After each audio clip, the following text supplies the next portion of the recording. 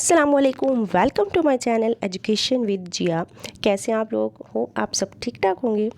तो जैसे कि आपको पता है कि पर्सोना की बुक का जो हमने कल फर्स्ट चैप्टर किया है इंट्रोडक्शन टू एजुकेशन, उसी बुक का हम करेंगे आज second chapter history of education. चलते हैं इस चैप्टर की तरफ, पहले क्वेश्चन की तरफ। इसके 72 क्वेश्चन हैं, तो I will try my best to cover all this question today in this video. So पहला क्वेश्चन है, in real context the teaching learning process had been started।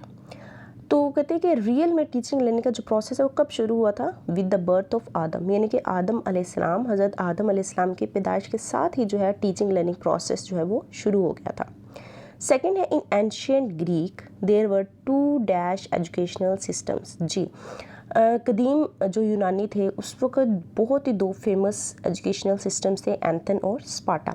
एंथन और स्पार्टा दोनों जो है, इन दोनों में माइनर डिफरेंस था, बल्कि माइनर क्या बल्कि सही डिफरेंस था। एंथन्स जो थे वो थोड़े से बेटर समझे जाते थे स्पार्टा से, क्योंकि एंथन्स में फ़िज़िकल ट्रेनिंग के साथ साथ मिलिट्री ट्रेनिंग के साथ साथ ये कहते थे कि स्टूडेंट्स को मिलिट्री ट्रेनिंग भी दें, इनके फ़िज़िकल वो फिट भी हो, लेकिन साथ साथ इंटेलेक्चुअल जो एजुकेशन है वो भी बहुत ज़्यादा ज़रूरी है। जबकि स्पार्टा थे वो जस्ट फिज़िकल ट्रेनिंग पे ही ज़्यादा फोकस करते थे। वो चाहते थे कि बस आर्मी प्रोड्यूस हो, बच्चे को ऐसा इस तरह से पढ़ाएं, इस तरह से मतलब उसकी ट्रेनिंग करवाएं कि वो प्रोटेक्शन के लिए उसको हम तैयार करें। ठीक है, स्पार्टा वाले ये कहते थे। इवन इनका ये होता था कि जब बच्चा पैदा होता, अगर वो फिज़िकली फ़िट है तो ठीक है, अदरवाइज़ वो बच्चे को मार देते थे। ठीक है, तो एंथन और स्पार्टा में ये थोड़ा सा डिफरेंस जो आपने याद रखना है। नेक्स्ट है, Socrates method or strategy of teaching is known as. तो सोक्रेट्स का जो मेथड था वो कैसा था? क्वेश्चन आंसर मेथड था। डी ऑप्शन, क्वेश्चन आंसर्स के ज़रिए से कॉन्सेप्ट क्लैरिटी होती थी। फोर्थ है, Plato was the pupil of Socrates. अच्छा, ये प्लेटो, अरिस्टोटल, अलेक्जेंडर ये तीनों थोड़े से मिक्स हो जाते हैं, तो इसके लिए आपने एक कीवर्ड याद रख लेना है, SPAE। ठीक है, SPAE, यानी कि सोक्रेट्स का स्टूडेंट प्लेटो है और प्लेटो जो है वो सोक्रेट्स का स्टूडेंट प्लेटो है, प्लेटो का स्टूडेंट अरिस्टोटल है और अरिस्टोटल का स्टूडेंट अलेक्जेंडर द ग्रेट है। ये आप SPAE का नाम ये वर्ड याद रख लेंगे, कीवर्ड, तो आपको इजीली याद हो जाएगा। मुझे वैसे इसी तरह याद होता है। Plato was the pupil of Socrates. Plato जो था वो सोक्रेट का स्टूडेंट था, और अरिस्टोटल जो था वो प्लेटो का स्टूडेंट था, और अलेक्जेंडर द ग्रेट किसका स्टूडेंट था? अरिस्टोटल का। ठीक है, ये अलेक्जेंडर द ग्रेट का क्या मतलब है, आप मुझे कमेंट सेक्शन में बताएंगे कि इसका क्या मतलब है, इसको उर्दू में क्या कहते हैं। ठीक है, तो I will wait for your comment. 7 question है, प्लेटो वाज बॉर्न इन। तो प्लेटो जो है वो कब पैदा हुए? 427 BC। ठीक है, BC का मतलब क्या होता है? बिफोर क्रिस्ट, यानी कि हज़रत ईसा अलैहिस्सलाम की पैदाइश से पहले का ये टाइम है। Plato was died in 347 BC। ठीक है, 347 BC में उनकी डेथ हुई थी। Aristotle was died in 484 484 BC। ठीक है, अच्छा ये डेट मुझे नहीं लगता कि इतनी ज़्यादा इंपॉर्टेंट है, लेकिन ये है कि जो फेमस 1-2 की उन्होंने दी हुई, तो आप इसको माइंड में रख सकते हैं। 10th है, the famous and historical academy the Lyceum was founded by. जी, अरिस्टोटल ने जो बहुत ही मशहूर और कदीम अकेडमी बनाई थी उसका क्या नाम था? लाइसियम। ये आपने याद रखना है। एक प्लेटो की थी, ठीक है, और एक अरिस्टोटल की थी, तो आपने याद रखना है अरिस्टोटल की एकेडमी का क्या नाम है और प्लेटो की एकेडमी का क्या नाम है। ठीक हो गया। जो प्लेटो था उसकी एकेडमी का नाम जो था, जो भी उसने बनाई थी, उसका नाम एकेडमी था। ठीक है। 11 है, John Heinrich Pestalozzi was born in. Pestalozzi जो थे वो वेस्टर्न एजुकेशनिस्ट थे, तो वो 1646 में स्विट्ज़रलैंड में जो है वो पैदा हुए। ठीक है, पेस्टोलॉजी के बारे में was considered the father of vocational education. जी, इन्हें वोकेशनल एजुकेशन का फादर भी कहा जाता है। पेस्टोलॉजी ने और भी काफ़ी काम किए, ये स्विस एजुकेशनिस्ट थे, और उसके अलावा इंस्पायर्ड थे ये रोसो से।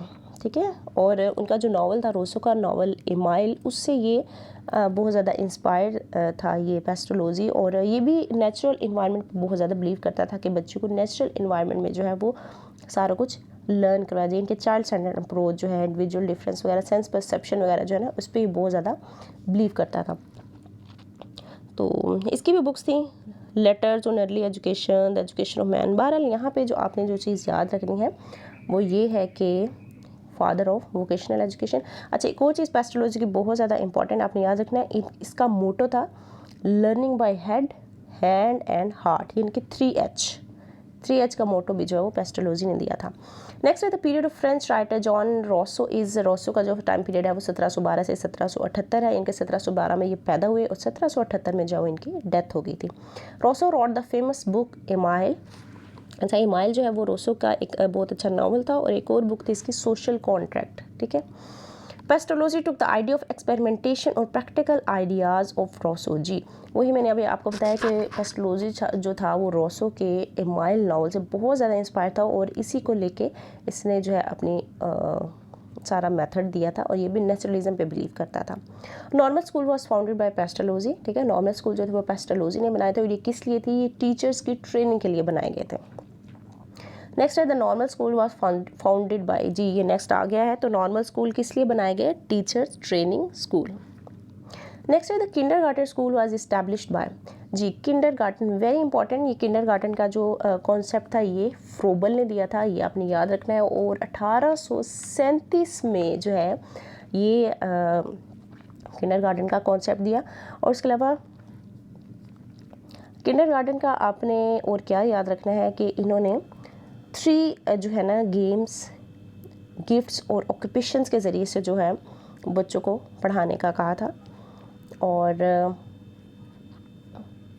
इसकी एक बुक थी पेडागोजीज ऑफ किंडरगार्टन। ठीक है, ये भी आपने याद रखनी है। वैसे पूछी तो नहीं जाती, लेकिन पता होना चाहिए। नॉलेज जो है वो बंदे का ज़्यादा ही होना चाहिए, कम नहीं होना चाहिए। इसके लिए जर्मन एजुकेशनिस्ट थे।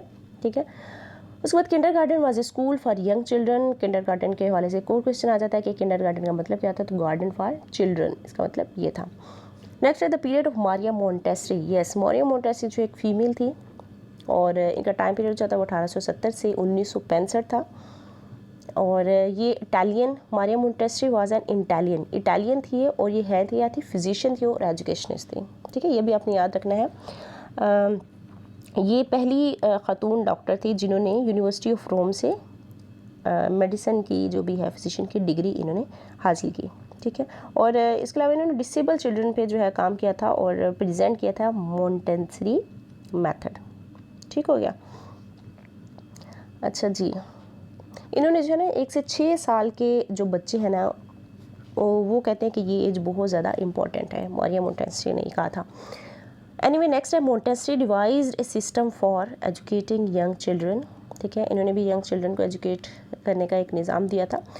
नेक्स्ट है the period of John Dewey. John Dewey जो कि वेरी इंपॉर्टेंट अमेरिकन एजुकेशनिस्ट हैं, जिन्होंने प्रैग्मेटिज्म, प्रोग्रेसिविज्म की फ़िलासफ़ी दी, और चाइल्ड स्टैंडर्ड पे बिलीव करते थे, डेमोक्रेसी पे बिलीव करते थे, एक्सपीरियंस पे बिलीव करते थे, लर्निंग बाय डूइंग पे बिलीव करते थे। तो ये सारी चीज़ें जॉन डेवे से रिलेट करते हैं, और इनका पीरियड जो 1859 से 1952 है।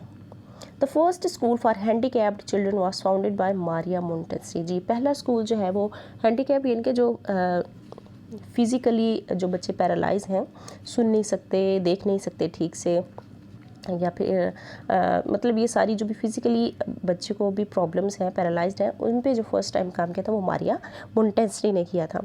25 है freedom, environmental richness, teaching material, collaborating and self correcting way of learning are the chief characteristics of method. जी फ्रीडम, आज़ादी, यानी कि बच्चे को आपने एक कह सकते हैं कि आज़ादी के साथ पढ़ाना है। ठीक है, इंजॉय करके पढ़ाना है, इंटरेस्ट, बच्चे का इंटरेस्ट देखना है, ये सारी चीज़ें। और टीचिंग मटेरियल ऐसा हो कि बच्चा इंटरेस्ट लेके पढ़े, कोलैबोरेशन हो आपस में मिलजुल के, ये सारी चीज़ें जो हैं वो मारिया मोंटेसरी की मेथड की खुसूसियत है।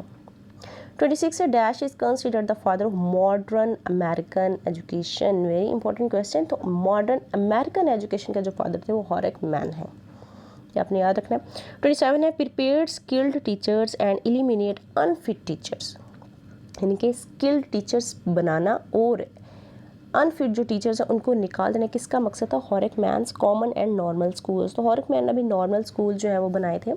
कॉमन स्कूल जो थे वो स्टूडेंट्स लर्निंग के लिए थे, और नॉर्मल स्कूल स्टूडेंट्स की टीचर्स की ट्रेनिंग के लिए थे। यानी कि ट्रेनिंग में क्या था कि जो अच्छे टीचर्स हैं वो स्किलफुल टीचर्स को प्रिपेयर करना है, और जो अनफिट हैं उस ट्रेनिंग के ज़रिए से उनको एलिमिनेट कर देना है।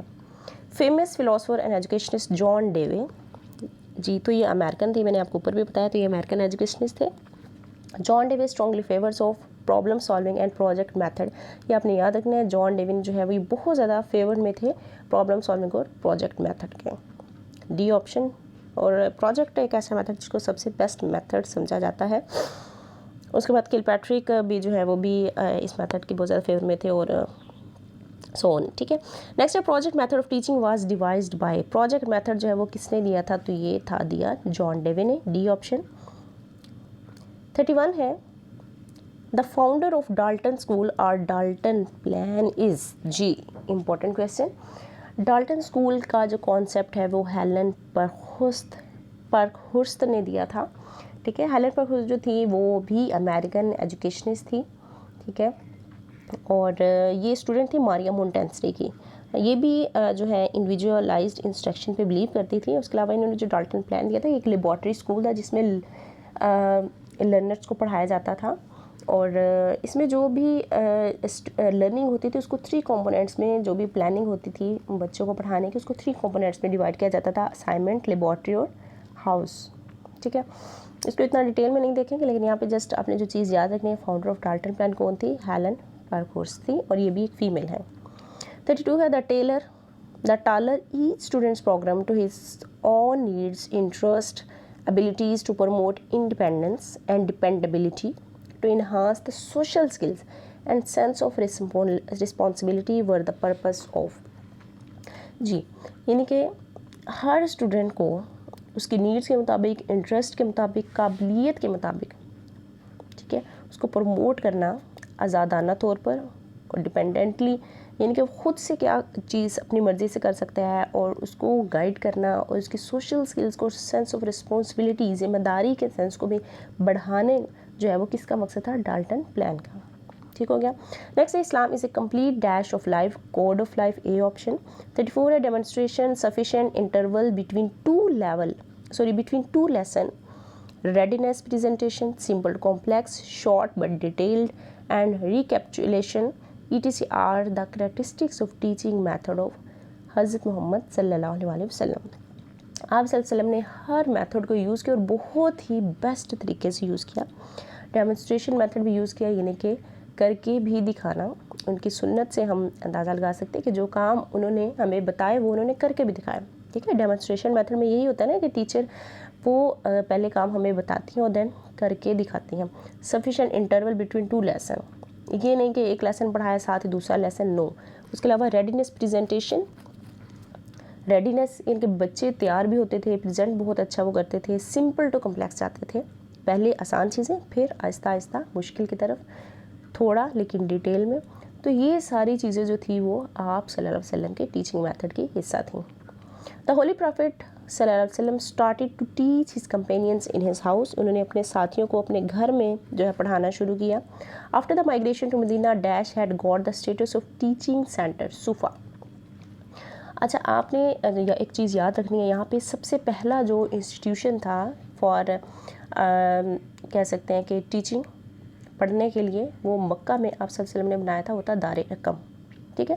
और मदीना में इनके मस्जिद नबी में आप सल्लल्लाहु अलैहि वसल्लम ने जो टीचिंग सेंटर बनाया था वो था सूफ़ा। और एक और चीज़ सूफ़ा के बारे में कि अगर तो सिर्फ टीचिंग सेंटर की बात आ जाए, पहला इंस्टीट्यूशन की बात आ जाए, तो दार अरकम था जो मक्का में था, ठीक है। लेकिन मदीना में जो सूफ़ा था उसमें रेजिडेंशियल भी था, इनके लोग वहाँ पे रहाइश भी थे, रहते भी थे, जो दूर दूर से लोग आते थे, ये जो भी स्टूडेंट थे तो वो वहाँ पे रहते भी थे। तो सुबह जो था सूफ़ा वो रेजिडेंशियल आप कह सकते हैं कि प्लेस भी थी, as well as teaching centre भी। तो आपने ये याद रखना है। और सूफ़ा का मतलब क्या होता है, शेडिड एरिया, ठीक है। 37 है Imam Ghazali was born in 1059 at Tus, ठीक है। टूस एक जगह का नाम है, वहाँ पे पैदा हुए थे। The real name of Imam Ghazali was Abu Hamid Muhammad bin Muhammad, D option. Imam Ghazali classified the knowledge into 2 categories, these are फ़र्ज़े एंड फ़र्ज़े कफ़ाया, ठीक है। इमाम गज़ाली ने जो 2 किस्म का जो नॉलेज था उसको उसमें क्लासीफाई कर दिया था, फ़र्ज़े ऐन और फ़र्ज़े किफ़ाया में। और ये जितने भी कुरान पाक, हदीस, कुरान, तफसीर वगैरह से रिलेटेड चीज़ें थी वो सारी फ़र्ज़ ऐन में रखी गई थी। और बाकी जो थी, जो चीज़ें हम एक्सपीरियंस करते हैं, जो हम बुक्स से नॉलेज हासिल करते हैं, वो सारी फ़र्ज़ कफ़ाया में थी। ठीक है। 40 है अकॉर्डिंग टू इमाम गज़ाली, हदीस, कुरान, तफसीर, ये वही बात आ गई है। फ़िक़्ह, ETC आर कंसर्न टू फ़र्ज़ ऐन। फ़र्ज़ ऐन में ये सारी चीज़ें आ जाएंगी, हाँ, जो भी इस्लाम से रिलेटेड है हमारी। और जो भी मैथमेटिक्स है, बॉटनी, फिज़िक्स, इंडस्ट्रियल नॉलेज जो है वो फ़र्ज़ किफ़ाया में आ जाएगा। तो ये दोनों कैटेगरीज जो इमाम गज़ाली ने दी थी, और इन चीज़ों को इन कैटेगरीज में फर्दर डिवाइड कर दिया था।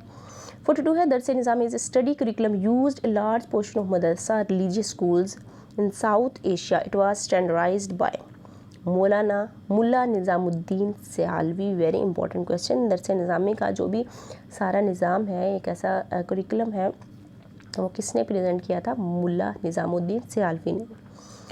दरस Nizami has dash year session, 8 years session. ठीक है, 8 साल का ये सेशन है। इब्न खुल्दून वाज बॉर्न इन ट्यूनिस। इब्न खुल्दून जो थे वो 1332 में पैदा हुए। ठीक है, ये मुस्लिम स्कॉलर हैं।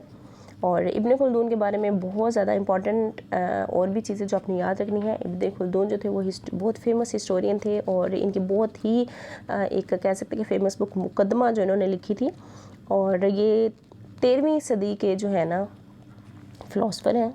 ठीक है, इब्न खुल्दून ने जो इम्पोर्टेंट कॉन्सेप्ट दिए थे, और इनका जो रियल नाम था वो था वलीउद्दीन अबू ज़ैद अब्दुल रहमान। ठीक है, और एक्चुअली ये प्रोफेशन जो था इनका जज था।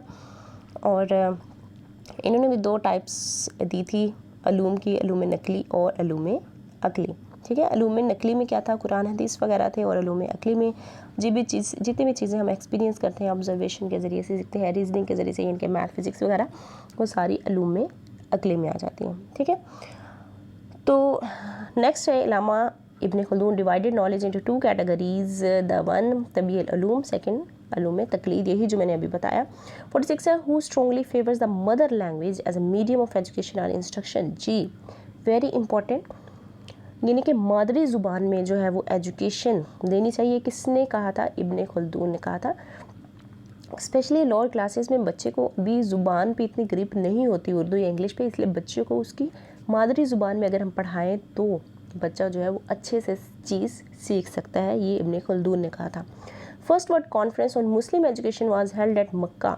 अच्छा, ये 4 से 5 कॉन्फ्रेंस है जो आपने याद रखनी है, कब हुई थी और कहाँ, और इनका थीम क्या था। ठीक है, ये अपने अच्छे से याद कर लेना। पहले जो थी मक्का में हुई, और मई 1977 में पहली कॉन्फ्रेंस हुई थी। और ये वर्ल्ड कॉन्फ्रेंस है, आपने याद रखना है। और थीम क्या थी इस कॉन्फ्रेंस की? The theme of first world conference on Muslim education was educational planning. D option. ठीक है, एजुकेशनल प्लानिंग थी फर्स्ट की। पहली कब हुई? मक्का में, और मई 1977 में, और एजुकेशनल प्लानिंग इसका थीम था। 49 है the second conference on Muslim education जो है वो इस्लामाबाद में हुई थी। और ये हुई कब थी? ये भी आपने देख लेना है, 15 मार्च 1980 को। ठीक है, इस्लामाबाद में हुई, और 15 मार्च 1980 को हुई दूसरी। और थीम क्या था इसका? Design curriculum for different ladders of education. ठीक है, यानी कि मुख्तलिफ लेवल के लिए डिफरेंट करिकुलम को हम कैसे डिज़ाइन करेंगे, ये इसका थीम था। थर्ड कॉन्फ्रेंस जो थी वो हुई थी 15 to 11 मार्च इन 1981। ये हुई कहाँ थी? ढाका, बांग्लादेश में। ठीक है, the theme of third conference की थीम क्या थी? Text book development. Fourth conference 1982 में हुई थी, और ये हुई कहाँ थी? जकार्ता में। ठीक है, और इसका थीम क्या था? The methods of teaching.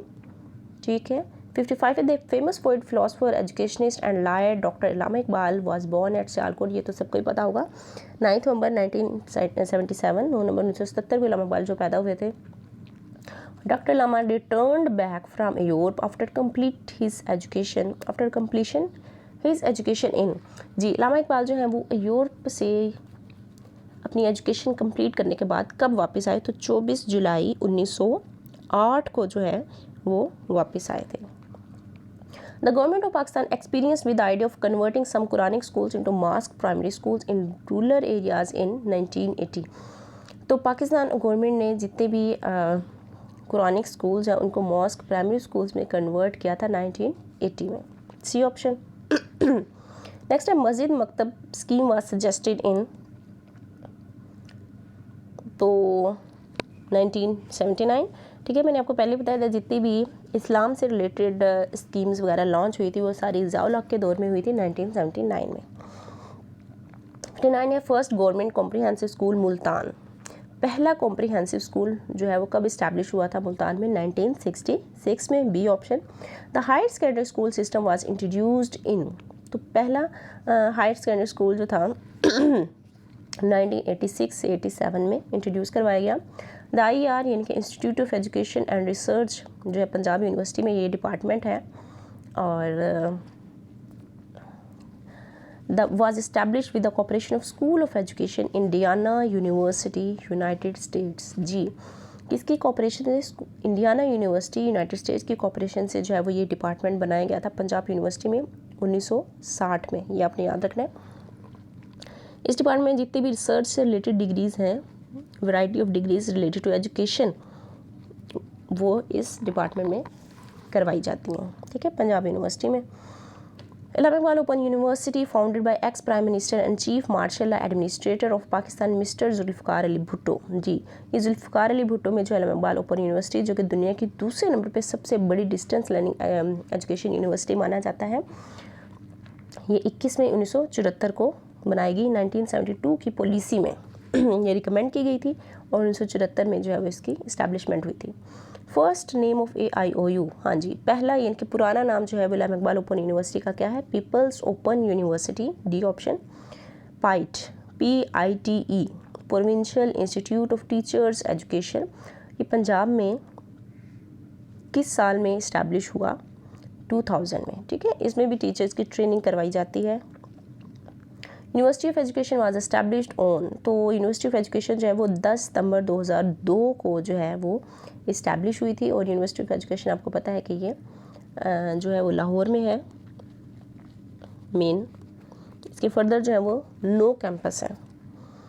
Maulana Mohammad Qasim Nandovi established madrasa Deoband in Saharanpur village of India in 30 May 1866। ठीक है, Aligarh educational institutional was founded by sir Syed Ahmad Khan in Aligarh in 1876। ठीक है, एजुकेशनल इंस्टीट्यूट जो कि सर सैयद अहमद खान ने अलीगढ़ में बनाया वो था 1876 में बनाया था।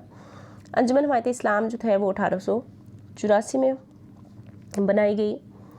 और उसके अलावा आर्य समाज जो था most Orthodox section of the Hindus started in anti Muslim movement, यानी कि मुस्लिम के ख़िलाफ़ जो भी उनके ख़िलाफ़ जो एक आर्य समाज स्टार्ट हुई, एक तहरीक स्टार्ट की, वो कब की थी? 1875 में। Darul Uloom Nadwatul Ulama and institution of education was establish at Lucknow in 1898। तो दारुल जो उलूम नदवा है ये इदारा जो है एजुकेशन का कब इस्टेब्लिश हुआ था? 1898 में। ठीक है, लखनऊ में, लेकिन इसके जो है हेड कौन थे? मौलाना शिबली नुमानी। 71 है सैयद सुलेमान नदवी, मौलाना Altaf Hussain Hali and Maulana Abdussalam Nadvi were all associated with Jamia Nadwatul Ulama. ठीक है, ये सारे जितने भी नाम यहाँ पे हैं ये सारे किसके साथ एसोसिएटेड थे? इन्होंने मिल के काम किया जामिया नदवतुल उलमा के लिए। लास्ट है Jamia Millia Islamia was founded in Aligarh by Maulana Mohammad Ali जौहर 1920। इसमें कंफ्यूज होना, कुछ लोग इसको 1925 और या फिर 1930 जो है उस पर टिक कर देते हैं। तो ये 1920 में जो है जामिया मिलिया इस्लामिया फाउंड की गई थी इन अलीगढ़ बाय मौलाना मोहम्मद अली जौहर। तो इसके साथ ही सेकेंड चैप्टर जो है वो हमारा कंप्लीट हो गया। होप आपको इन क्वेश्चन की समझ आ गई होगी। एट द एंड में आपको बताते चलो ये जितनी भी तहरीक है देवबंद, नदवतुल उलमा, अंजुमन हमायत इस्लाम, अलीगढ़, ये बहुत ज़्यादा इंपॉर्टेंट है। आई विल ट्राई कि इन पे मैं एक ब्रीफ सी वीडियो बनाऊँ जो आपको ये सारी जो डेट है और इनका क्या काम था, इनके हेड कौन थे, वो आपको अच्छे से याद हो जाए।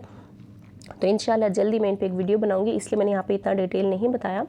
एक तो वीडियो बहुत लंबी हो जानी थी और दूसरा जो है वो आप स्किप भी कर सकते थे, ना गौर से हो सकता ना सुनते, इसलिए मैं इसमें एक अलग से वीडियो बनाऊंगी। तो रहना आपने मेरे चैनल से कनेक्ट, लेकिन इसके लिए आपको करना पड़ेगा सब्सक्राइब।